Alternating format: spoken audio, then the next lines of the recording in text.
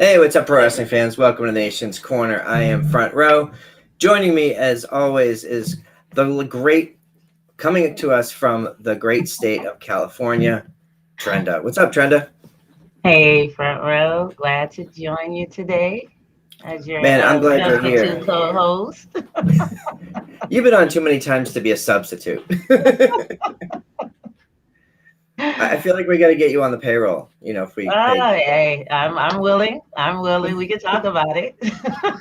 we got to get some sponsorships to start paying for these wrestling trips. Exactly. Oh, So it's been a crazy week. There's been a ton of great shows. There's people traveling all over the place to different events. But before we get into the wrestling talk, I wanted to talk a little bit about this event that we get to be a part of on Thursday with the Busted Open crew. They had a holiday party Thursday night, yeah. and it was a lot of fun. If folks got a chance to watch live, if not, I think they're going to drop the podcast possibly as soon as tomorrow, I heard. And I'm not sure if they're going to post the video on the SXM app or not, but we get to be there, and a handful of us were lucky enough to be selected as on-screen participants. So Yes. we Yes. get to be in there with some fun people. They did a newlywed type game called what was it, Mistletoe to Toe, and it was with Mickey James, Nick Aldis on one team, Mike Bennett and Maria Kanellis on another team, and in the place of Dave and Violetta LaGreca, it was Tommy Dreamer and Bully Ray as a couple, which Yes. was Which was hilarious. and I really think that couple fit more than any of the others. I think they knew each other better than the other couples, that's for sure. Exactly. But that was super fun. They had at one point early on, Renee was on there, Renee Paquette. And then later on, they were joined by, of course, Thunder Rosa and Emily, who were decorating cookies, which was so much fun. Sam Roberts was on there, Izzy, and Sam, yes, it was great. I haven't seen Sam probably since the last holiday party. yeah. It was awesome, yes. But the party was a lot of fun. And for folks that don't get to see the visuals, Bully had a bit to drink. Like all of the stuff to drink. And Was it Grey Goose? I think it was Grey Goose. That Yeah, was his, yeah. I tried to guess online what it would be. I picked a bottle of Jack, but he totally threw me off. I just knew it was yeah. going to be some dark liquor. I think we all thought he was going to have some Metallica Black and Whiskey or something like that. But Yeah. Well, Grey Goose works too. But yeah. So check that out. It was a lot of fun, and um, it's always cool to see people interact. Like we got to see Sam and Thunder interact, and then Sam and Gabby, because they worked together at WWE on one of the Ultimate specials over on Peacock. So they had some workings and dealings together, and there was a lot of shit talking going on there. That was a lot of fun. yeah. Yeah. Another thing for people who don't know, just a little tip, Grey Goose is also Jericho's favorite liquor. Just to let you know. And why is that? Why is it? He said once on the podcast that he switched to Grey Goose and ice because he could drink water and alcohol at the same time. Are we not kindred spirits or what? We'll just let that go. You already know what I'm talking about. We're gonna let that go. But look at this. Look at this. Ah, the Judas in my mind. Yes. Man, so something else that I saw today, before we get into some more of the wrestling talk, I wanted to touch on, like, if you guys haven't had a chance to go look at Thunder Rosa's vlogs, they're just putting out like one or two a week, and they're hilarious. Like it's a good insight as to what a traveling wrestler's life is like. You get to see how much work really goes into even someone with her visibility, the rental cars, the hotels. She's in 4 or 5 cities every week, and just like you get to see all that stuff. But this week there were 2 different vlogs out. There was one with Dave LaGreca. They did a barbecue vlog when Yeah. he was in Texas, which was really funny with Violetta. Did you see that one? Yes, I saw that. I saw that. Um, but the other one, which is the one I think you're going to talk about, is the one where she did the taco show with Mick. Yes. That's not out yet, though. It happened she did clips of it. Well, no, he Yeah. talked about it. No, he talked about it on Busted Mhm. Open. That's where I got Right. that. Yeah. Yep. The one that came out today was her travel vlog where she teamed with Anakin at Mission Pro last week. They traveled to New Brilliant. York, and she traveled to different cities throughout the week and ended in Mission Pro. And they did some behind the scenes stuff and there was even a moment I think where they had a talent meeting where they were talking about the show, the pre-show meeting. Not a lot of behind the scenes, not too much behind the curtain, but it was interesting to see everybody there. Um, and it's pretty exciting. There's a lot of interesting things going on in Mission Pro. But if you get a chance, check out her vlog from today because they're just always so much fun.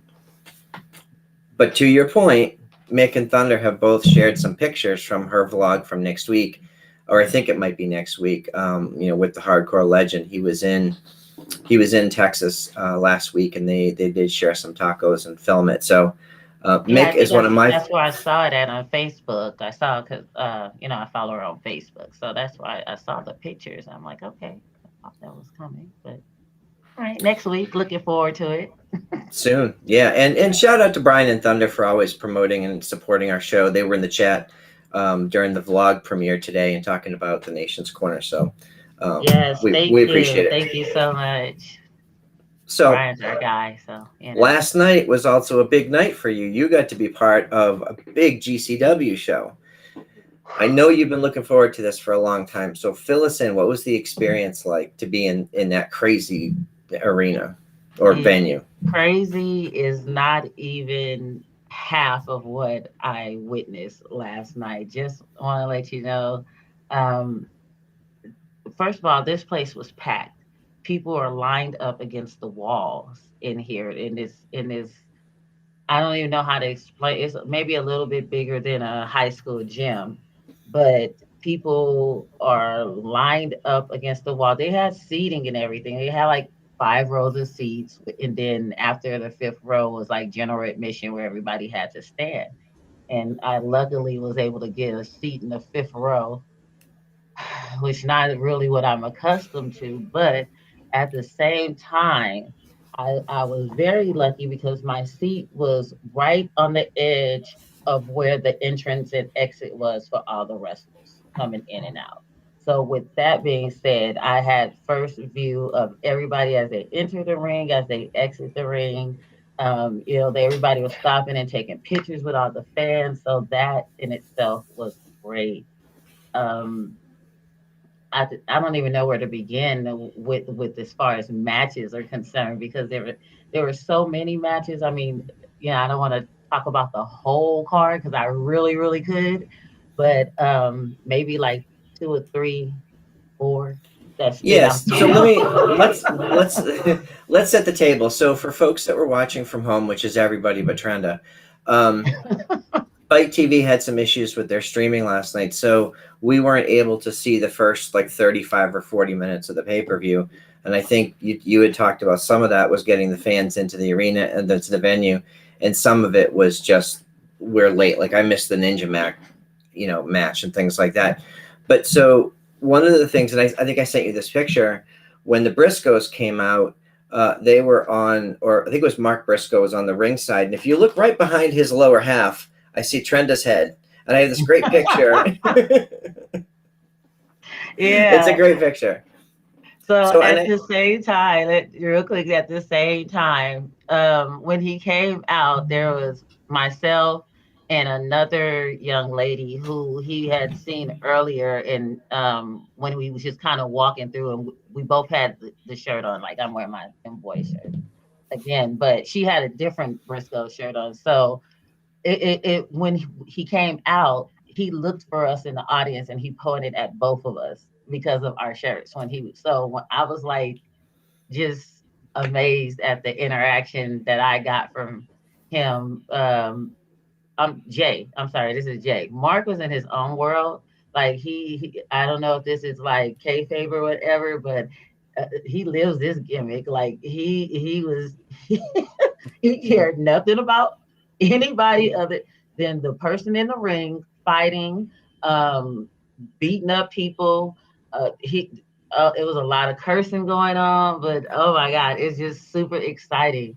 It, every match was super exciting. I think the one big takeaway is almost everybody left there bloody and really bruised up, like every match from everybody. But again, as the Briscoes were leaving out and they did win their match, um, again, Mark he ran on by, being Mark, and then Jay seen me on the edge because I had that edge spot, and he came back out and gave me a hug and told me it was great seeing me again, and I was just like, oh yeah, living the life.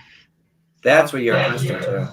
that's what I'm accustomed to. So that's probably my favorite moment of the night. But in addition to that, we can do, let's say, biggest pop of the night. If I really had to say, biggest pop would really be between the Briscoes and Effie.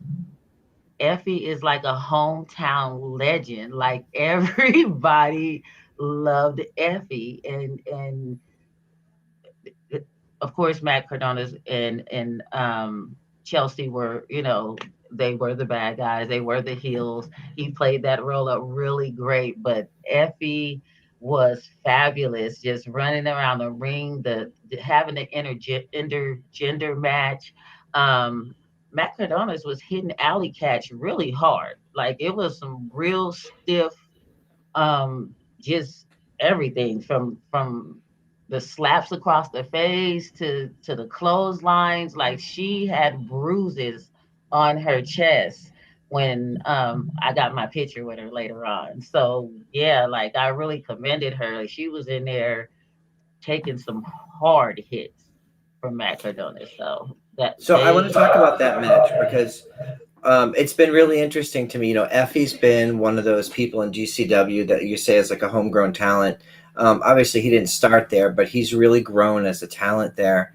And Mhm. Alley Catch, Mrs. Front Row and I saw Alley Catch in 2016 when she was still Alley Cat. And that was here in Queens of Combat, where she still had the full cat gimmick going on. She was dressed as a cat, acted like a cat. It was a whole deal. And since then, like she get injured, she wanted to come back as a more serious, more competitive wrestler. And during that time, she's done some very physical matches. In fact, she had a match which a lot of people know about, but her match with Nick Gage was a pretty brutal death match, and he put her over to the moon. He was on Sam Roberts' podcast a few months ago doing an interview talking about her and putting her over as being like a tough as nails, like didn't want to cut corners, don't go easy on me. I want you to beat the shit out of me. I want to earn some respect. And That's what I that saw match. last night.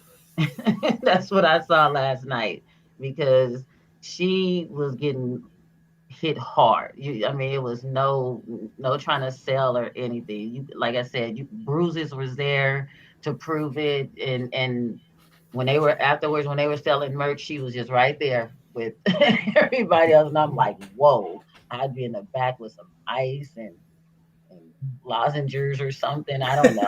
I'm like, So but real yeah, quick, she was I awesome. just want to go to the chat real quick. Debhausen's in there. Deb and Tony and John and Christina and Seth and who else am I missing?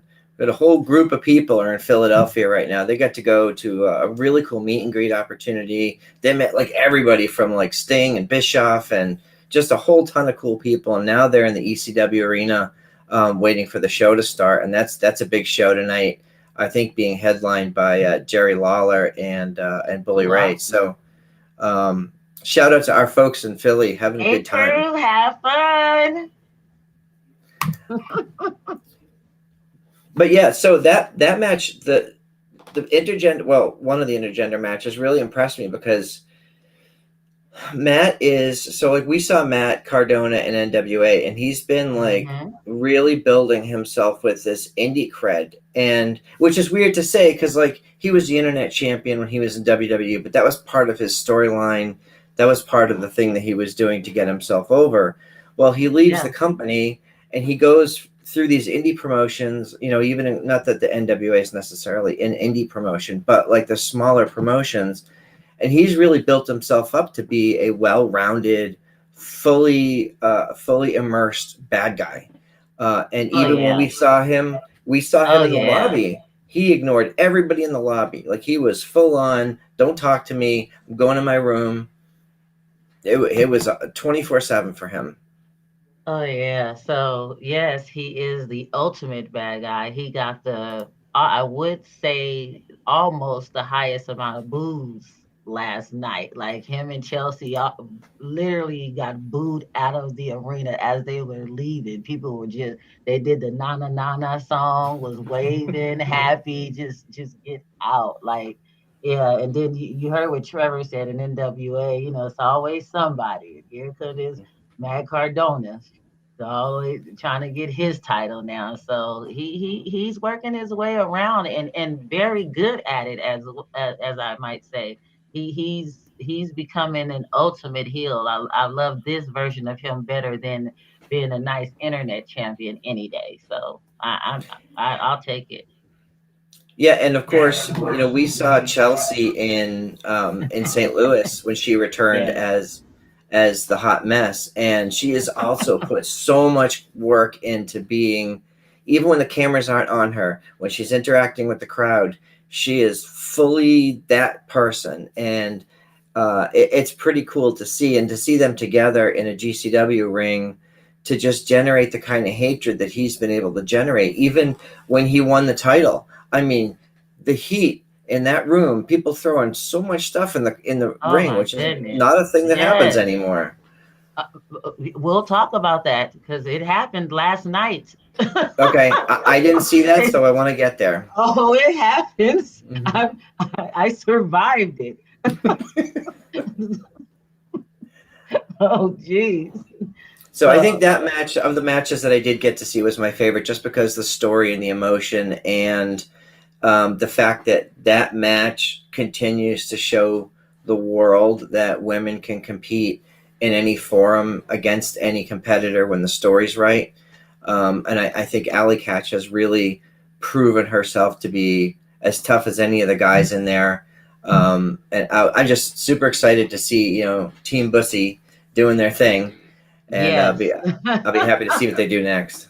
And they came out to the song, to the WAP song, the explicit version. And I was just like, whoa, because the whole arena just erupted and you just heard it just, echoing through. I'm like, yeah, this place is awesome. Oh, It so is.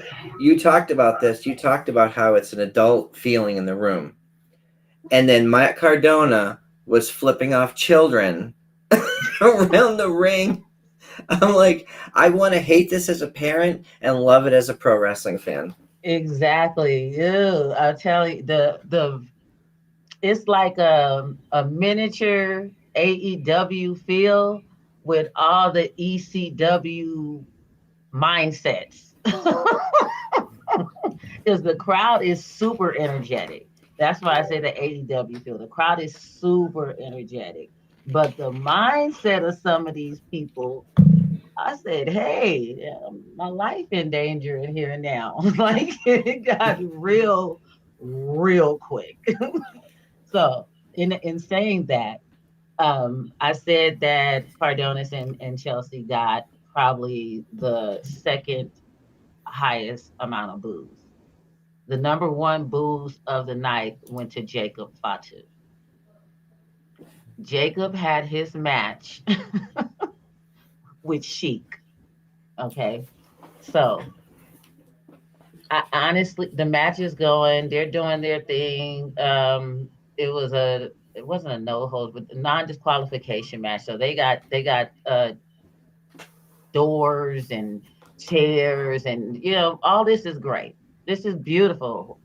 Somewhere along the line of the match, I have no idea what happened to Sheik, but no one cared because Jacob put his full focus on Starboy Charlie, who is injured, Yeah, we sitting saw him early in the behind night. me sitting behind me with his mom. Now I'm new to GCW for the most part. I know a lot of the talent that has been other places and now are wrestling here. That's how Briscoes, Gresham, just John Oliver, everybody. I've seen him in MLW. So coming to see the majority of the people here, I do have a past relationship with them. So I'm not really knowing the newer talent in GCW. Starboy Charlie is sitting behind me with his mother. I would have never known that he was even a wrestler there. This woman is so nice. We're watching matches with Gresham and what was his name? The Truth, AJ Gray, The Truth, they call him. And they're doing backhand slaps across the chest, and she's cringing at everyone. Oh my God, dude, you have to hit him that hard. Oh my. And I'm turning around and we're having conversations and we're interact. I would never even know him from just doing all of that.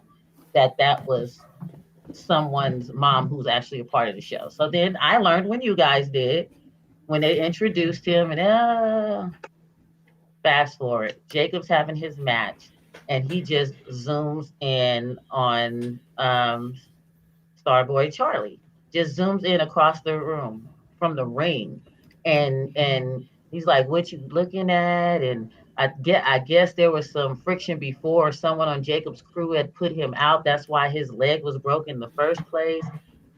Jacob made a beeline from the ring through the crowd, pushed everybody out the way, pushed the crowd chairs out the way, and ran right over there to him and began to hit and beat this boy up in front of his mom.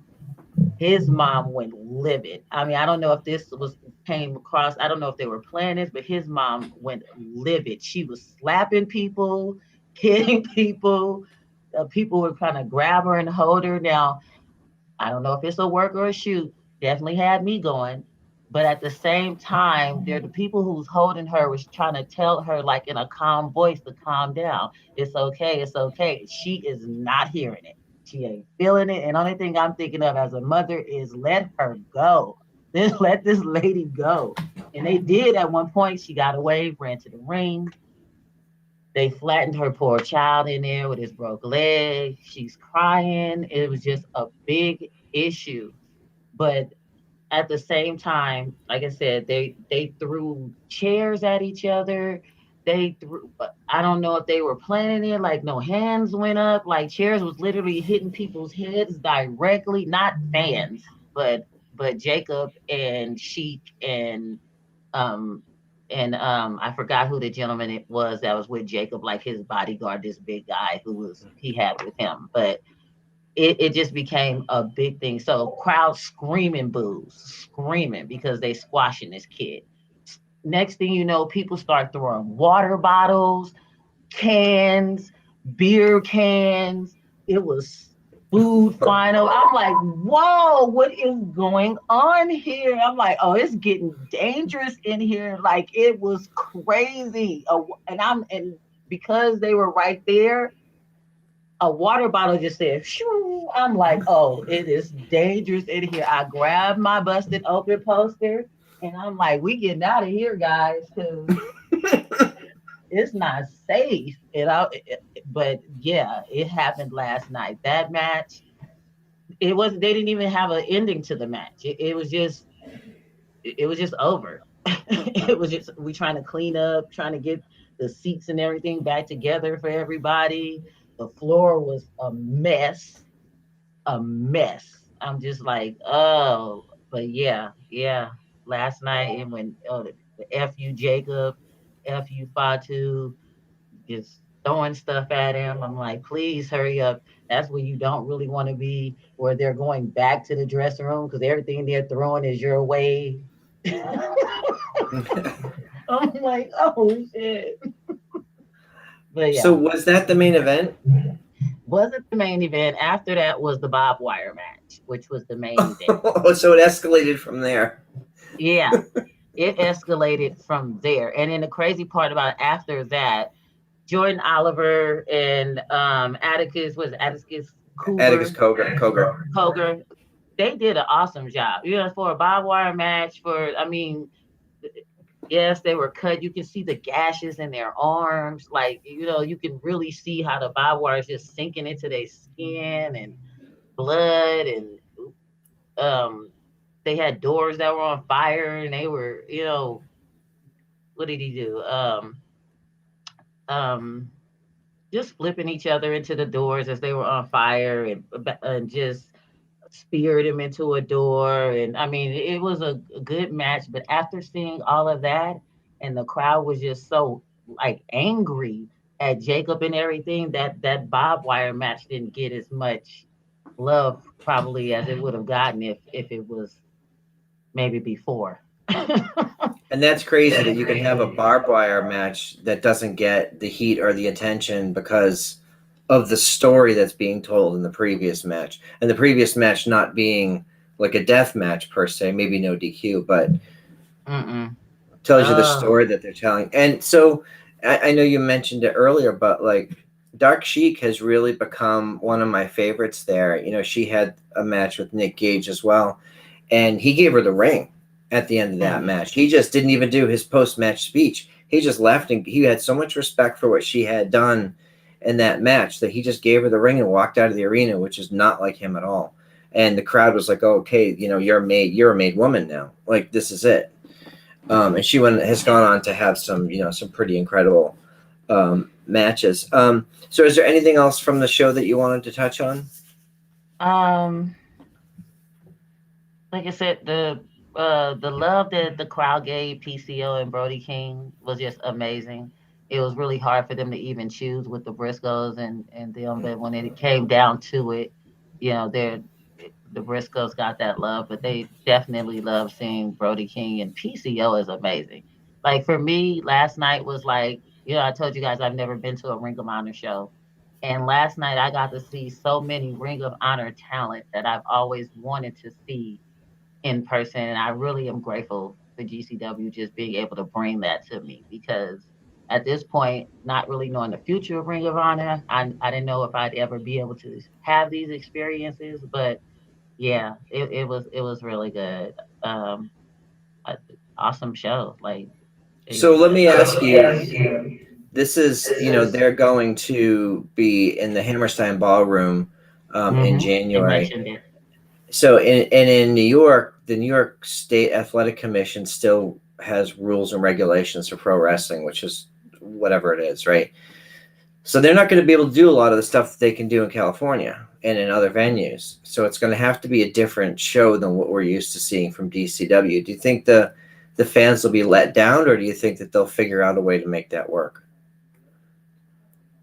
If they're using the talent that they had last night, some of these guys are veterans. Like I said, the PCO, the Brody Kings, even Gresham on his level. If they're using this talent, this group of people, they could probably pull it off. But from what I got last night, to to having to tone it down, like, no, there was points in times I was literally standing on a chair screaming at people, like, did if they tone it down, then I think it would just be doing um us as fans a disservice. Like, I think the New York Athletic Commission needs to mind its own business, because they it's awesome. Like, GCW is probably the newest big thing that's here right now, and I'm just grateful to have been able to be a part of it. So they need to let it play out the way they want it to play out. Yeah, that'll be interesting to me too, because you've got Matt Cardona and Chelsea Green quit essentially last night. So they've both said on social media that they're not going to be at the Hammerstein, which is not a good thing for your event, but they've already sold out. So they're not looking to sell more tickets. So you can do whatever you want with the storyline now. So I'm gonna buy it on Fight. Like, I'll watch it because it looks really cool. Oh yeah, I'm gonna watch it on Fight. Yeah, I'm excited for it. I'm really excited for what they've done there. When you've got talents, big talents from around the industry who want to be a part of it. We've seen Thunder Rosa there several times now. We've seen people like your Matt Cardona of the world. You've seen all kinds of big talents, people from Ring of Honor like the Briscoes and PCO and Brody King. Like you have all these people who want to be in that or in that venue or on that show and in that ring. I think it's super cool what they're doing. But there's a bunch of other stuff I wanted to talk about, and I wanted to show some love to Mission Pro because they had a hell of a show last week with Silver Bells, and Yes. there's I'm not going to go through the whole card, but for me, the Renegade Twins, and I'll talk about them in a second. The Renegade Twins, um, as the tag champs, are going around and they're defending them in other organizations and other promotions. They are carrying them. They are representing the company, and they've built such a name for themselves in a relatively short period of time that. And this is on their social media this week. They were part of the most recent WWE tryout camp, and I don't know how that turned out, but from what they said and from what others have said, it went really well. So um, I hope that our Mission Pro Wrestling Tag Team Champions get signed to a major company because at a very young age they have really shown that they've got some big things coming up, and I'm super excited for them. Well, that is awesome. That is awesome. Like, yeah, and it's like you said, at a young age, they have so much more career to even explore and to even get better than they already are. If they can get to a WWE, I mean, hey, I wish them nothing but the best. But do, I will say I would miss them being um, a tag team outside of the WWE, because we do know how that can change the dynamic of who you are and the personality that you've developed, and I just wouldn't want to see them, one day separated or facing each other, or just something that maybe they wouldn't want to happen. But hey, congratulations, that's amazing. Yeah, that makes sense. And I would personally like to see them in NXT over everything else for a couple of reasons. First of all, as much as I love AEW and I'm a huge AEW fan, I think newer female talent go to Dark and Elevation, and they kind of get stuck there for a long time because, and I'm going to talk about this later, but I have an issue with the way that women are presented in AEW right now, not as people, but as how much time they get and what the storylines are. So Yeah. if you look at NXT, you look at the female talent that are in NXT right now. There's a ton, and they're given opportunities, they're given time, they're given storylines, they're given equal respect with regards to championships, and just all of it to me, of all of the, obviously Mission Pro notwithstanding, but of the major companies, NXT specifically within WWE is doing the best job of promoting women's wrestling and presenting women as equal competitors and athletes. So on that card, the other match that I was super excited about, well, there were two. So obviously, Maddie Rankowski had a match with Lady Frost, and I would have liked to have seen a longer match. It was kind of a shorter match. Yeah. But that's okay. Like Lady Frost, getting an opportunity to wrestle in a Mission Pro ring was excited for those of us who have seen her for a long time. Like we've been fans of hers for years, and knowing that she's been signed to Impact means probably the Yeah. opportunities for her to be outside of Impact are limited. So I just thought it was cool. Yeah, Lady Frost, she is definitely someone I want to see in the future in actually many promotions. I'm kind of hoping that, that open door policy, or what is it, the forbidden door type of thing, is still going on between Impact and AEW and other shows too, because like um she's such a different talent. Like she brings such a newness to the way the women are, and then how she portrays herself and her strength. Like every she wastes no moves at all. Every time she hits somebody, she hits with authority, and she wastes no moves, and she, you know, not to mention she wears that hair better than anybody could ever do it. Like I couldn't definitely have my hair just snow white, and she's gorgeous the way she portrays it. So yeah, between her, just her in ring ability, her the way she flaunts around with the confidence, and then again, she's gorgeous at that. Like I can't wait to see the future for her. Period. Like, yeah, she's definitely one of my favorites. Yeah, and I mean anybody who's personally endorsed by Mick Foley, is a win in my book because he's a pretty good judge of character.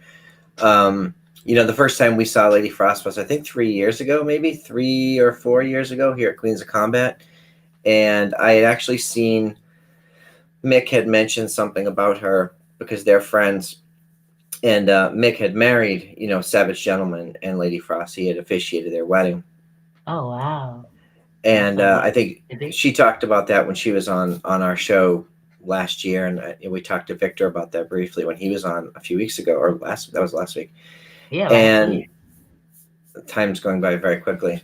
But yeah, so to see her progress from those early days and just grow so quickly.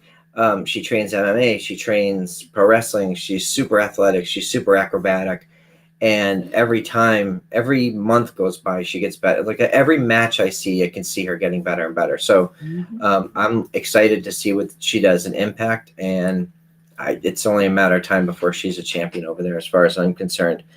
But the other half of that match was Maddie Ronkowski. Maddie is doing some big things. We've seen Yeah. Maddie all over the friggin' place. She was in on AEW Dark. She's been a staple, just a stand. She's been a cornerstone of Mission Pro. She's been and we saw her recently in Atlanta at In the Atlanta. NWA pay per view and at the tapings. So she's really making a name for herself. She's adjusted her look a little bit, new attitude, a little Yeah. sharper, a bit of an edge. So where would if Maddie were to get signed by one of the major companies, where do you think she would may have the biggest chance for success? Um, Honestly, I probably say NXT. I mean, she has a style of her own, but she hits hard in the ring. Now, and like you said, she has a new look. I almost didn't recognize her when she got in the ring, but she looks awesome. But she's really technical. I think she's becoming more of a technical wrestler than anything else, more than fast pace or high flying, if you want to call it that. But I think she'd be great at NXT.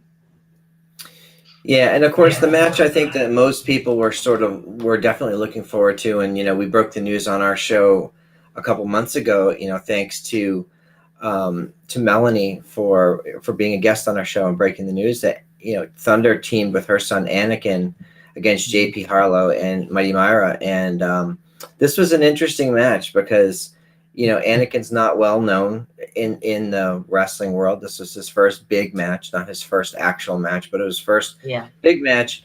And as far as I know, it's the first time like a mother and son have tag teamed in a wrestling match like this.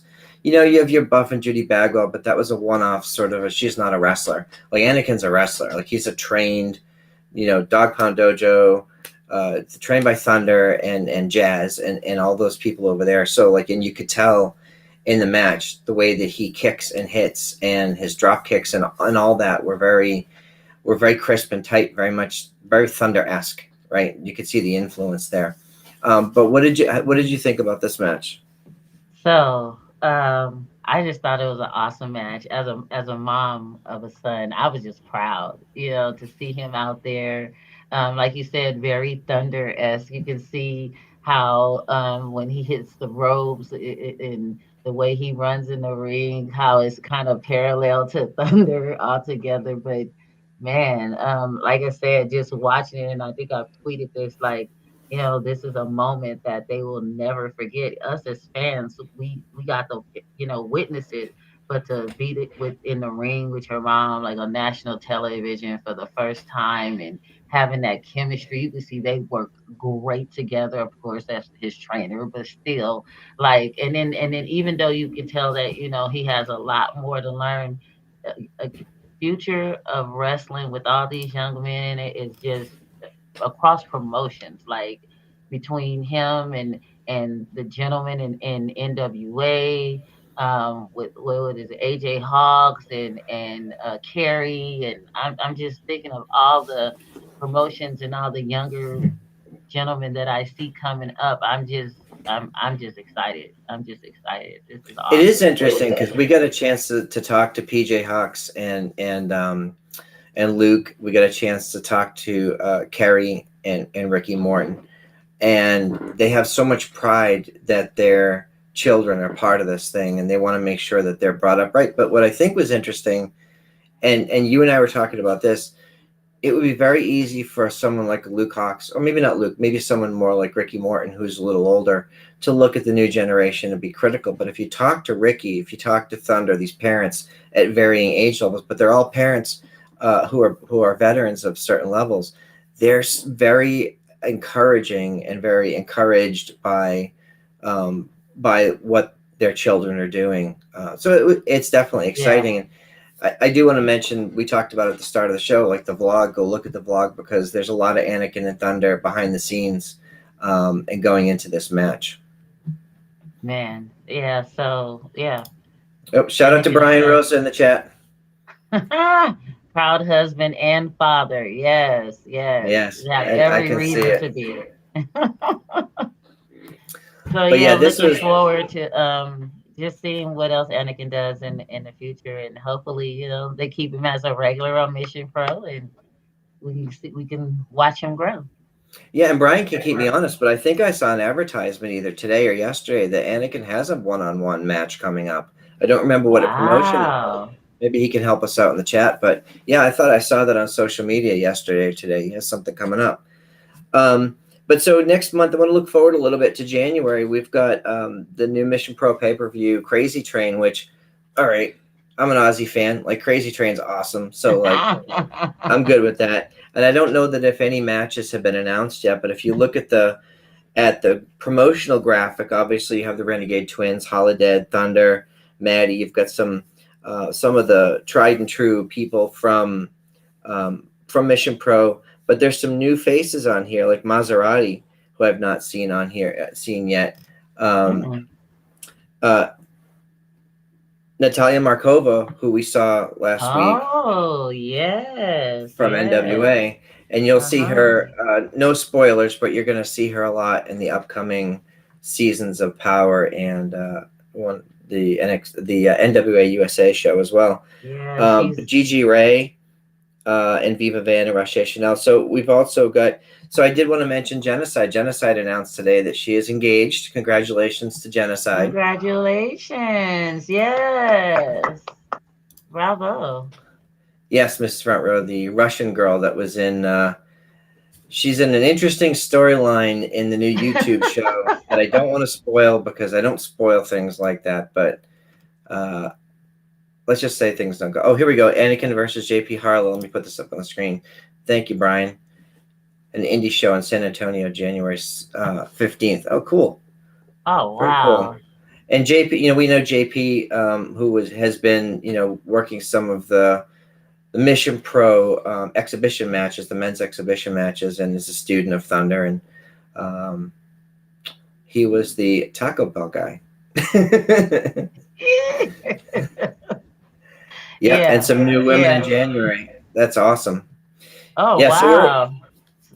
I'm excited for that. I'm looking forward to that. And for folks who don't get a chance, make sure you watch the Mission Pro live stream every Tuesday night, usually at around 9:00, either on their YouTube channel or on their Instagram, depending on what they feel like doing. But it's usually every Tuesday night. And they always make match announcements. There's some great interviews over there.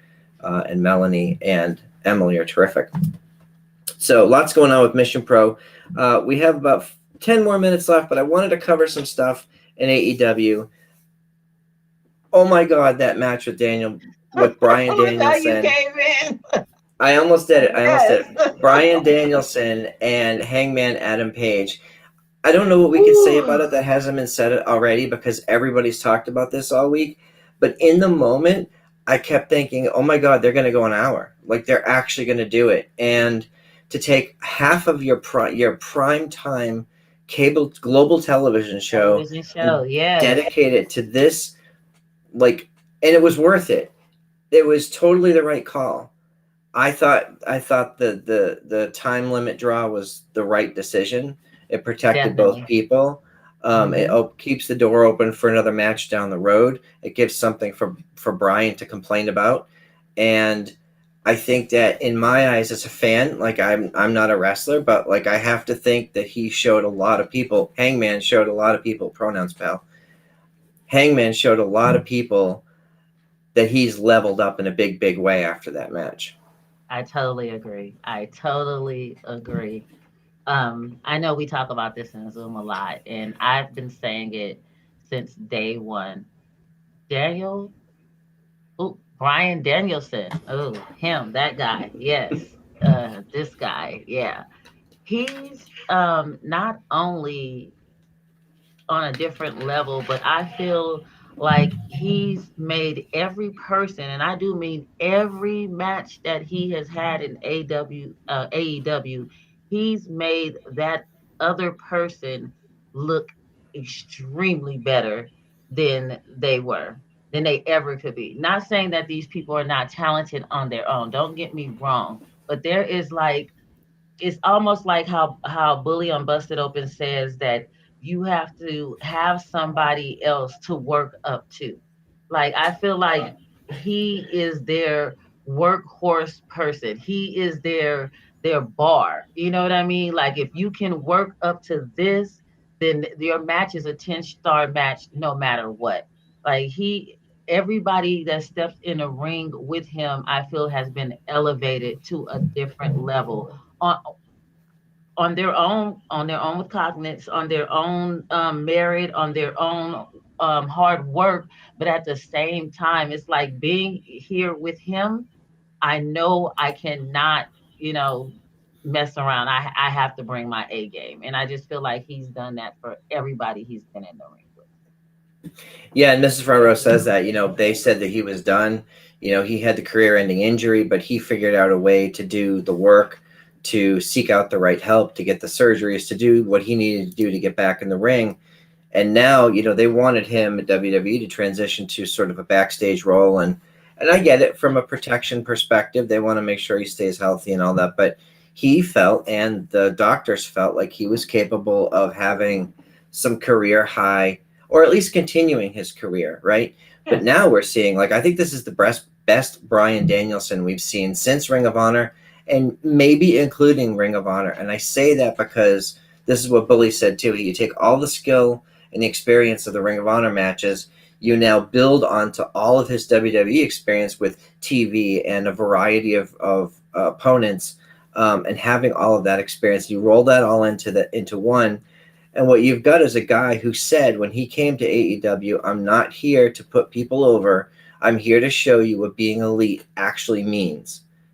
Meaning, yes, you can call yourself elite, but you're not on my level. And I'm going to show you why right, you're not on not my at level. all. And he's Ah, done yes, that. And you said leveling people up. And to say that Kenny Omega needs somebody to work up to is true, but like who would that be? Like Kenny Omega is one of the best in the world, and after that match, I was like, oh, okay, Kenny's good, but like Brian Danielson's really good, yes. because the psychology and the way that he paced that match, and he made Kenny work to his style. Work to his style, and that match was great in itself, and it was a 30-minute draw.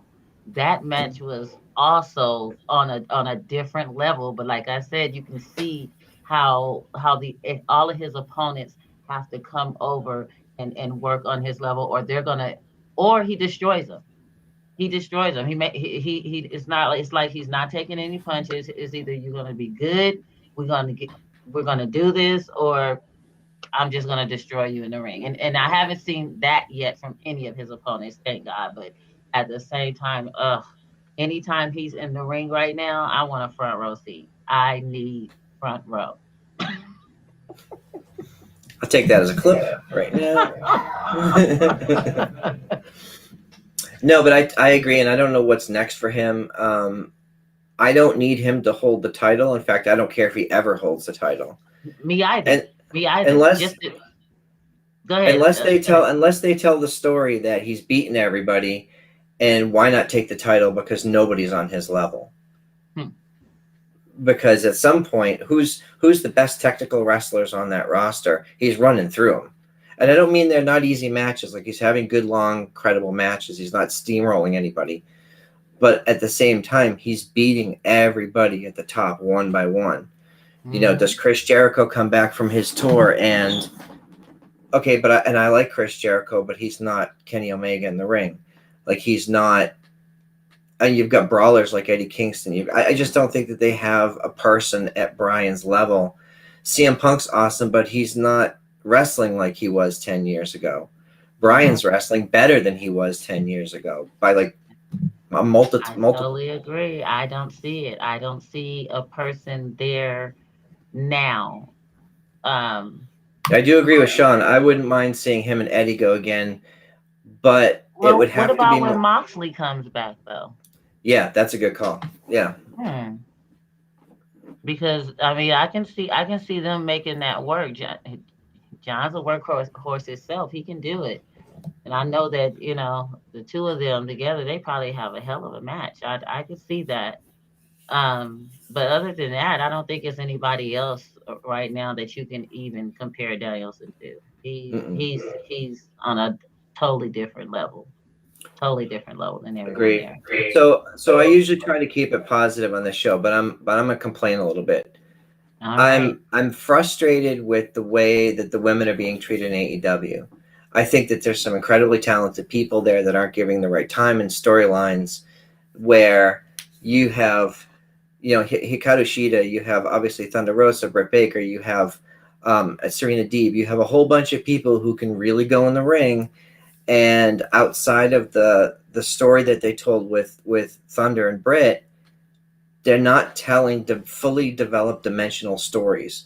On Rampage, Tay Conti and Penelope Ford had a 4.5 5 minute match. You had Serena Deeb versus Hikaru Shida, which is great, but they've wrestled a few times before, and I felt like that match was shorter than it should have been. Like, that should have been a pay-per-view match that had 20-25 minutes, because those two can really go. I was just gonna say, yeah, they can, because they can do it. They can do it. Yeah. And I have all the respect in the world for Jade as an athlete. I really do. But she's not at the level of an in-ring competitor of some of the women I just mentioned. So if they're headed down the path where she's going to win this TBS championship, that's fine, but only if she remains a bad guy, and because the baby face is chasing is where the money usually is, right? The best stories being told is having that. So if that happens, they better have a good lineup and a good story of how she loses to a super over babyface. Exactly, because we've talked about this. I everybody on almost everybody else on that card, as far as talent wise, in ring performance wise, is better than Jade. And could be just personal opinion, but it's mine. So, like you said, it makes sense. It is logical for them to keep her as a heel, and hopefully she wins in a very wonky way, in pure heel fashion, so it can be believable. Because if she straight out wins or just beats someone in the center of the ring, I'm not sure. I don't even believe it as we are saying it for me to believe it when it happens. So, I mean, I don't know how that would happen. So it needs to be, she needs to stay a heel. It needs to be some type of wonky heelish finish, and then all the baby faces can chase after her, and she can have her help keeping everybody at bay and all the extras. But I, I just don't see her. She's, you can be strong, but you don't have the skill. You don't have the You haven't even been. It's like what they say. You've been here a cup of coffee. You've been here a cup of coffee, and your skills in the ring are not even subpar to the point where I would believe that you would beat some of the women that you've already even beat on this little tree of life here for the TBS championship. So I don't know. Yeah, and it's hard because if I compare, and we have our issues with WWE too, but this week on SmackDown they started the show with Shotzi teaming with Charlotte up against Sasha Banks and Tony Storm. Those Yep. are four super talented people, and they gave them 20 minutes plus entrances. It was almost a full 30 minutes to open the show on Fox Network TV. That's a big spotlight for those women. Even someone like Charlotte, who's been at the top forever, having the opening match on Fox, not on cable TV, Mm-hmm. but on Fox, is a big deal. And then they had another match later. There was another women's match later in the card, which was much shorter, but there was still representation. There was still credible competition. And I was super happy to see, especially Shotzi get a spotlight. Yeah, yeah, But I yeah. do I She's do want to doing mention great. what Sean said in here too. Both Chris Statlander and Ruby Riott should be in that list too, at least from a credible competitor standpoint. I don't know that either are at a Serena Deeb level, but they're definitely super talented. And better in ring talent than Jade, which was the point. That's fair. So Hey. we're winding down here, but I did want to mention a couple other things. I don't watch. I watch sporadically the WWE stuff, but I can't look away from this new Brock Lesnar. He is Oh incredibly yes. entertaining, and the stuff that they did last night with Paul Heyman and Roman Reigns in the middle of that ring was so layered and so. It's amazing to me that the crowd that was the crowd in attendance could see what was going on because that was filmed like a movie up close, and the subtleties in Roman's face when he was interacting with Paul, when they were hugging and they were talking, was next level. Even that, just right back at you. The look on Paul's face, the fear, the not sure of what's like. Paul Heyman has some of the best facial expressions ever. He could tell a whole story just with his face. Like they knocked that out last night. Man, Brock coming in. I wasn't expecting the turn on Paul. I wasn't expecting the Superman punch to just hit him like that. Like, oh, and I'm like, oh, it's so good. This is why I love SmackDown. SmackDown gives you so much more. Ah, We're at an interesting place where they're doing such good work. All of this talk about The Rock eventually coming back and working with Roman. I'm a huge fan of The Rock, and anytime he shows up anywhere, I'm going to be super excited, right? But they don't need him right now. They don't need him as part of this story. It would almost overshadow the yeah. story and the year and a half's worth of work that they've done. Yeah, because that last night has such a big match feel. Like they seemed like two superstars, individual superstars on their own, like beyond the WWE company. Like finally, we have maybe two stars to come see, like starring Roman and Brock and the rest of the show. Like Is back this in a the musical? day. I doubt it'll be a musical. It might be it's definitely gonna be a banger though. Bangers So only. yeah. Shout out to Holiday.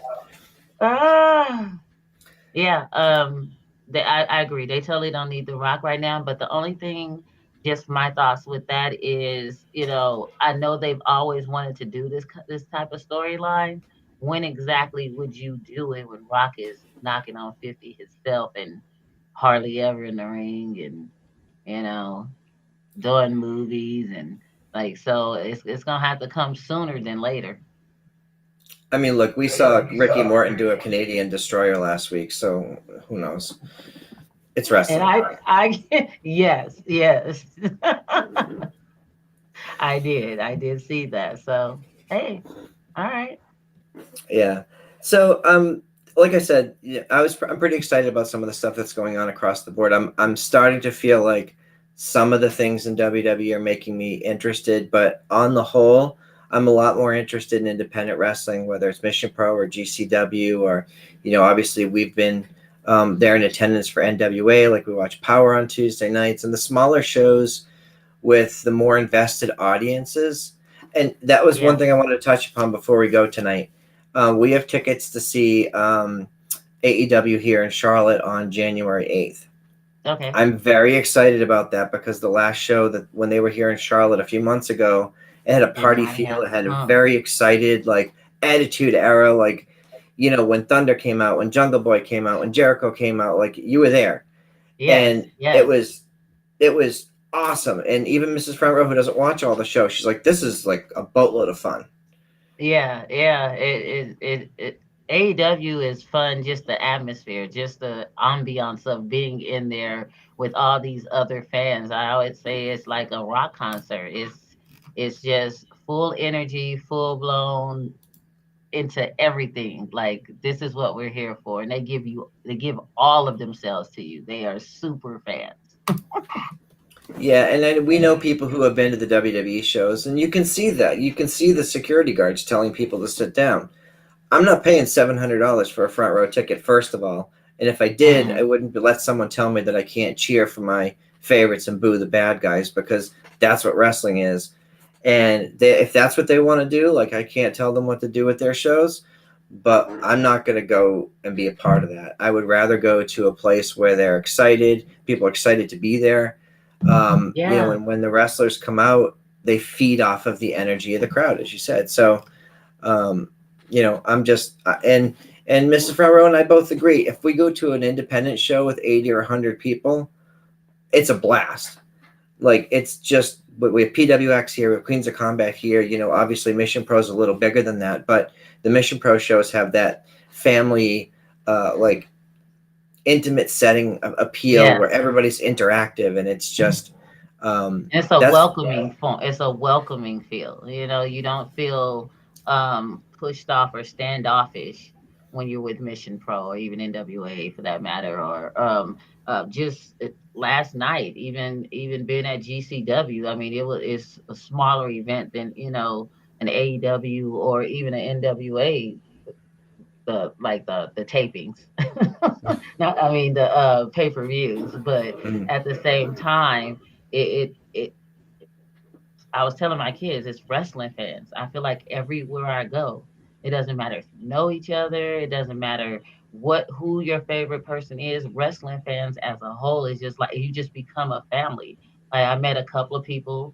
Shouts out to this gentleman named Frankie. He's part of the Nation. A couple of people who, because I had my hydro, they wanted to take pictures with it. They said, they only listen to to Sirius XM because of Busted Open, which I think a lot of us do.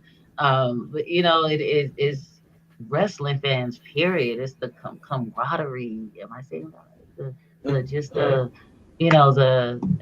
Every time I go anywhere, it's just a wonderful feeling. So I love it. I love it. Can't wait for my next event. That's true. Yeah, me too. I don't know when the next big event's going to be that we'll all be gathering for, but I'm sure it'll be sooner rather than later. So, anything else you want to talk about before we wrap up for the night? No, just want to say shouts out to all our friends at the 2300 Arena. I know you guys are having fun. Stay to the end this time. You might miss something. Shouts out to John. Yeah, and I want to give a shout out to, I mentioned earlier, but like, shout out to Thunder Rosa and Brian Rosa, who are always very kind in supporting us. As sponsors of Mission Pro, I think either this coming show or the next one, you're going to start to see our turnbuckle sponsors. Turnbuckles will be up there, so that's super exciting. I know everyone's Yes. And I also wanted to shout out to all the Busted Open crew, because, Dave and Bully and Mark and Gabby and Andre and just everybody across the board, Tommy. they love the Nation. They love their listeners, the fans. They really do. They genuinely think of this as a family. And anytime anyone's had a chance to meet them out in public, meet and greets, whatever, you can definitely get that sense from them that they're proud of what they've built. Yes, and I've been honored enough to have a couple of events where I've been, in their presence and been able to interact with them, and it's always a family vibe. It's always just normalcy and real just crazy socialization, and it's just a good family fun feel. So yeah, I love my busted open family. Awesome. Well, I think that's going to do it for us. I am Front Row at PW Front Row on Twitter and Instagram. And we are at the Nation's Corner across all social media. Trenda, you? I'm on Twitter at Great Times Ahead. That's GR8XS ahead. Yep, that's me. Awesome. And the next 2 weeks are going to be holidays. Obviously, Christmas and New Year's are the next 2 Saturdays. So I'm not quite sure yet whether we're going to do shows on different days or record them, or we're not really sure. We're working out the details, but just stay tuned to our social media and we'll let everybody know. So thanks and enjoy your week. Hi, guys.